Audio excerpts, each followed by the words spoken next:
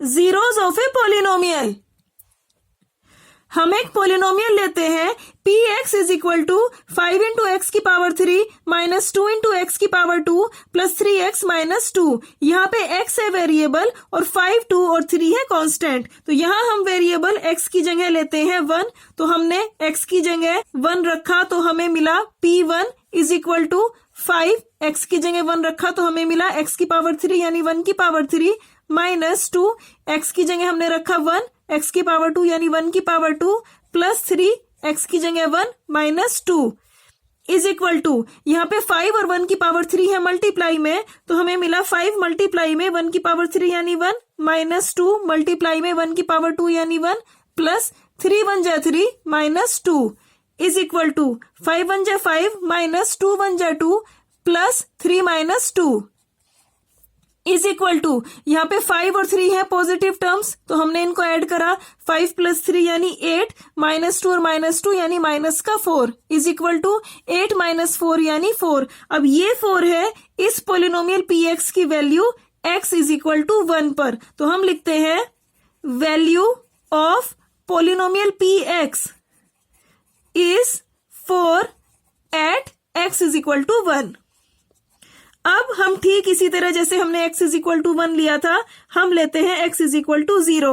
अब x की जगह 0 हम रखेंगे इस पोलिनोमियल में तो हमें मिलता है p0 is equal to 5 multiply में x की जगह 0 यानी 0 की पावर 3 माइनस 2, x की पावर 2 यानी 0 की पावर 2 प्लस 3, x की जगह 0 माइनस 2 इज इक्वल टू 5 की 0 में मल्टीप्लाई हुई 0 मिला माइनस 2 इंटू 0 यानी 0 प्लस 3 इंटू 0 यानी 0 माइनस 2 इज इक्वल टू, अब ये तो है सारा 0 तो बच गया माइनस का 2 यानी ये माइनस 2 है इस पोलिनोमियल पी एक्स की value x is equal to 0 पर। तो लिखते हैं value of polynomial P X is minus 2 कब at x is equal to 0।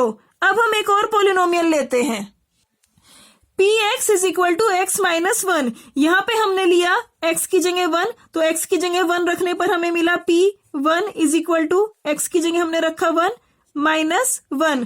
अब प्लस का 1 और माइनस का 1 कैंसिल हो गया तो हमें मिला 0। तो यानी x की ऐसी वैल्यू जिसको रखने से पोलिनोमियल 0 हो जाए, 0 ऑफ पोलिनोमियल कहलाती है। तो इसको लिखते हैं 1 is 0 of polynomial P x जहां पे पी एक्स है x माइनस 1। तो अब 0 ऑफ पोलिनोमियल की डेफिनेशन होगी 0 of a polynomial P X is a number c such that P C is equal to 0। किसी पोलिनोमियल का 0 ऑफ पोलिनोमियल एक ऐसा नंबर c कहलाता है जिस नंबर को अगर उस पोलिनोमियल में रखें तो उस पोलिनोमियल की वैल्यू 0 हो जाए। ठीक इसी तरह यहाँ पे जैसे पोलिनोमियल था पी एक्स तब एक ऐसा नंबर है 1 यानी c कि जब हमने इस 1 को इस पोलिनोमियल में x की जगह रखा तो ये पोलिनोमियल हो गया 0। तो इसलिए 1 है इस पोलिनोमियल की 0 ऑफ पोलिनोमियल। ठीक इसी तरह हम एक और पोलिनोमियल लेते हैं Q X is equal to X minus 2। इसमें हमने x की जगह रखा 2 तो यहाँ पे हमें मिला q 2 is equal to X की जगह 2 रखने पर 2 और ये माइनस 2।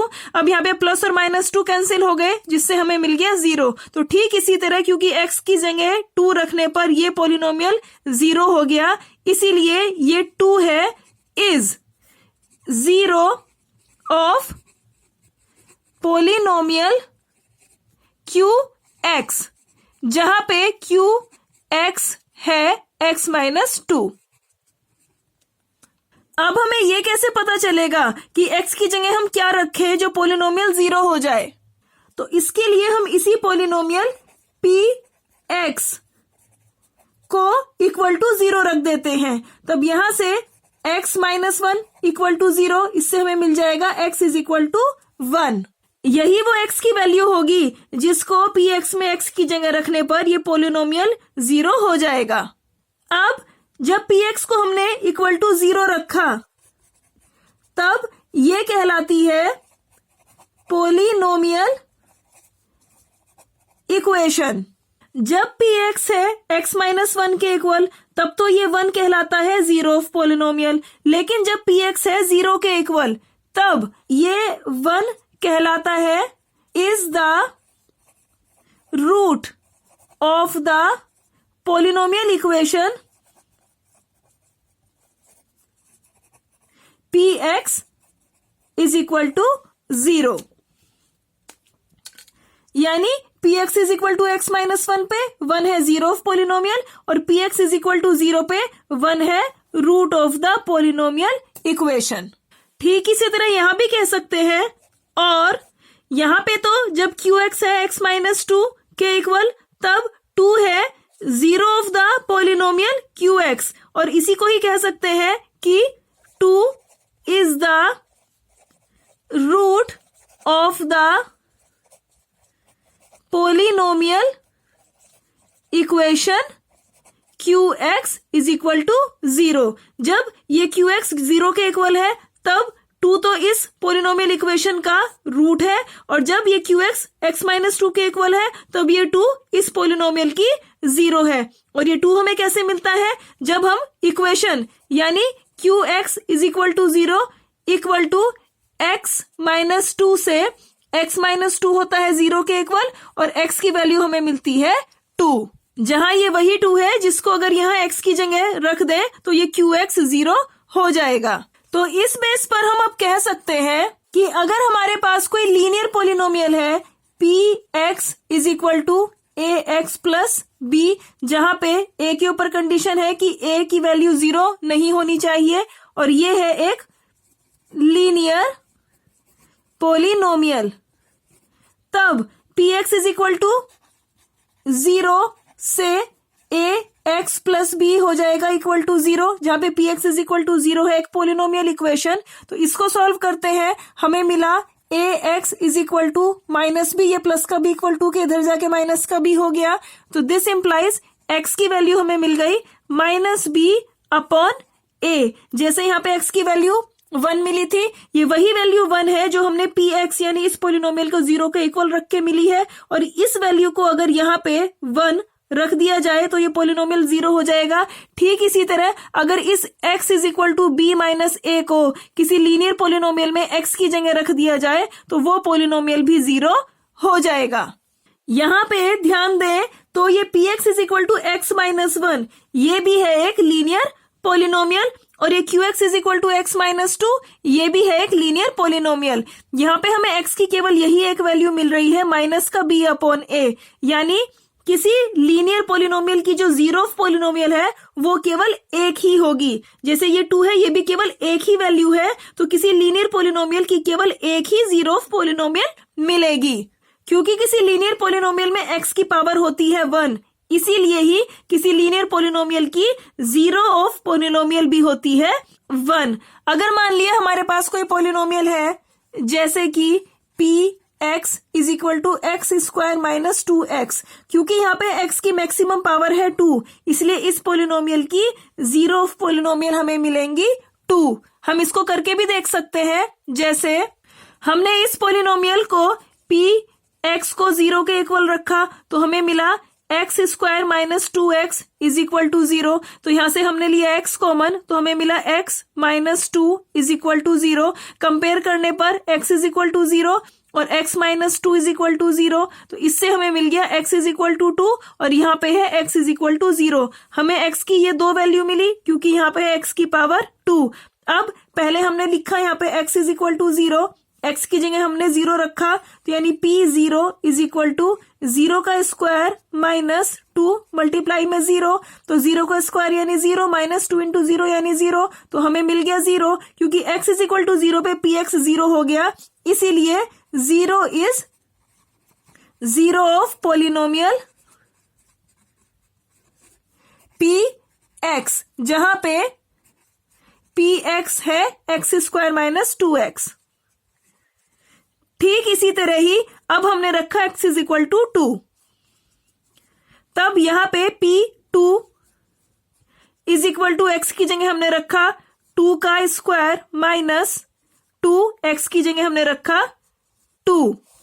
तो यहाँ पे 2 का स्क्वायर यानी 4, माइनस 2 2 जा 4, 4 और 4 कैंसिल, मिल गया 0। तो यानी ये 2 है इस पॉलिनोमियल की जीरो ऑफ पॉलिनोमियल। तो लिखते हैं 2 is zero of polynomial px, जहां पे px है एक्स स्क्वायर माइनस 2x। 0 ये है एक जीरो पॉलिनोमियल। तो क्या किसी जीरो पॉलिनोमियल की भी कोई जीरो होती है? Every real number is a zero of the zero polynomial. Number line पर जितने भी नंबर होते हैं, नंबर लाइन या फिर रियल लाइन, तो रियल लाइन पर जितने भी नंबर होते हैं सभी जीरो पॉलिनोमियल के जीरो कहलाते हैं। अब कांस्टेंट पॉलिनोमियल, यहां 5 है कांस्टेंट पॉलिनोमियल। तो क्या किसी कांस्टेंट पॉलिनोमियल की भी कोई जीरो होती है? इसके लिए हमने इस 5 को लिखा 5 मल्टीप्लाई में 1, तो ये है 5। अब किसी भी वेरिएबल या कांस्टेंट की पावर 0 होती है 1, तो इस 1 की जगह हमने लिख दिया x की पावर 0। तो ये है एक पॉलिनोमियल। तो इसमें हमने मान लिया x की वैल्यू रखी 1, तो हमें मिला p1 is equal to 5। x की जगह हमने रखा 1, x की पावर 0 यानी 1 की पावर 0। तो 5 मल्टीप्लाई में कांस्टेंट की पावर 0 होती है 1, तो 5 1 जा 5, हमें यही वाला 5 वापस से मिल गया। अब हमने मान लिया x की वैल्यू ली 3, तो हमें मिला p3 is equal to 5। x की जगह हमने रखा 3, x की पावर 0 यानी 3 की पावर 0, तो ये 5 लिखा यहाँ मल्टीप्लाई में 3 की पावर 0 बन गया 1 इज इक्वल टू 5 1 जा 5, हमें वापस से यही 5 मिल गया। यानी हम x की कोई भी वैल्यू ले लें उसकी पावर 0 होके हमें वापस 1 मिल जाएगा, और 1 की 5 में मल्टीप्लाई होके हमें वापस यही 5 मिल जाएगा। अब किसी भी पॉलिनोमियल की 0 तब होती है जब हम उस पॉलिनोमियल की वैल्यू हमें 0 मिल जाए किसी भी x की वैल्यू के लिए। और यहाँ पे ये तो कभी होने वाला नहीं है, क्योंकि हम x की चाहे जो भी वैल्यू रख दें ये px कभी भी 0 नहीं होगा, क्योंकि हमेशा पावर 0 होके ये x की वैल्यू बन जाएगी 1, और हमेशा हमें यही 5 मिलेगा। इसीलिए ही किसी कांस्टेंट पॉलिनोमियल की कोई भी 0 नहीं होती है। तो यानी कि a non zero constant polynomial has no zero, कोई भी कांस्टेंट पॉलिनोमियल की कोई भी 0 नहीं होती। यहाँ नॉन जीरो से मतलब, क्योंकि 0 तो होता है जीरो पॉलिनोमियल, और 0 के अलावा जितने भी नंबर होते हैं वो है सारे कांस्टेंट, तो इसलिए ही यहाँ पे नॉन जीरो टर्म का यूज हुआ है कि a non zero constant polynomial, यानी ऐसा कांस्टेंट पॉलिनोमियल जो कि 0 नहीं है, हैज नो जीरो, उसकी कोई भी 0 नहीं होती। अब ये आर्टिकल यहाँ हो चुका है।